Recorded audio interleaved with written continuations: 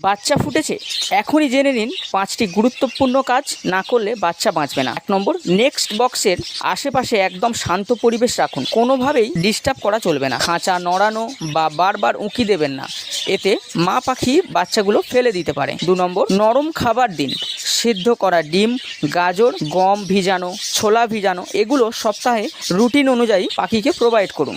3 নম্বর, vitamin B complex medicine ব্যবহার করুন, বাচ্চা ছোট থেকে শুরু করে 7 দিন পর্যন্ত পাখিকে প্রোভাইড করুন, এতে বাচ্চার গ্রোথ ভালো হবে। 4 নম্বর, খাবার ও জল প্রতিদিন পরিষ্কার করে দিন, ব্যাকটেরিয়া থেকে বাচ্চা অসুস্থ হতে পারে। 5 নম্বর, মল ও বাচ্চার স্বাস্থ্যের উপরে নজর রাখুন, বাচ্চার মল যদি খুব ঘন হয় এবং দুর্গন্ধ হয় বুঝবেন তারা অসুস্থ, এক্ষেত্রে দ্রুত ব্যবস্থা নিতে হবে।